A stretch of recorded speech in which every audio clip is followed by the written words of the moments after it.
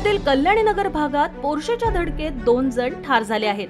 Police अधिकाऱ्यांनी सांगितलं की ससून सामान्य रुग्णालयाच्या डॉक्टरांनी 19 मे रोजी या अल्पवयीन मुलाच्या रक्ताचे नमुने डस्टबिन मध्ये टाकले होते। अल्पवयीन मुलाच्या जागी त्यांनी त्याची आई आणि त्या दिवशी तेथे उपस्थित असलेल्या इतर 2 लोकांच्या रक्ताचे नमुने घेतले होते।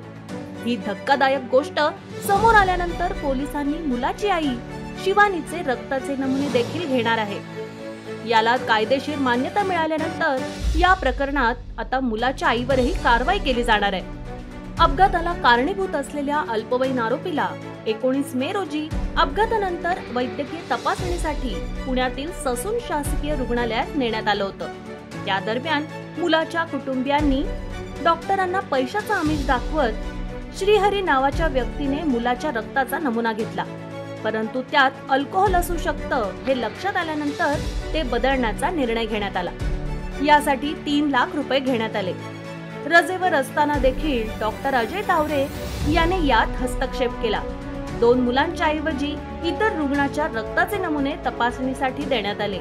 मात्र पुणे पोलिसांनी अल्पवयीन मुलाच्या रक्ताचा नमुना DNA चाचणीसाठी दुसऱ्या प्रयोगशाळेत पाठवण्याचा निर्णय घेतला। तपास केला असता रक्ताचे नमुने बदलल्याची बाब समोर आली आहे।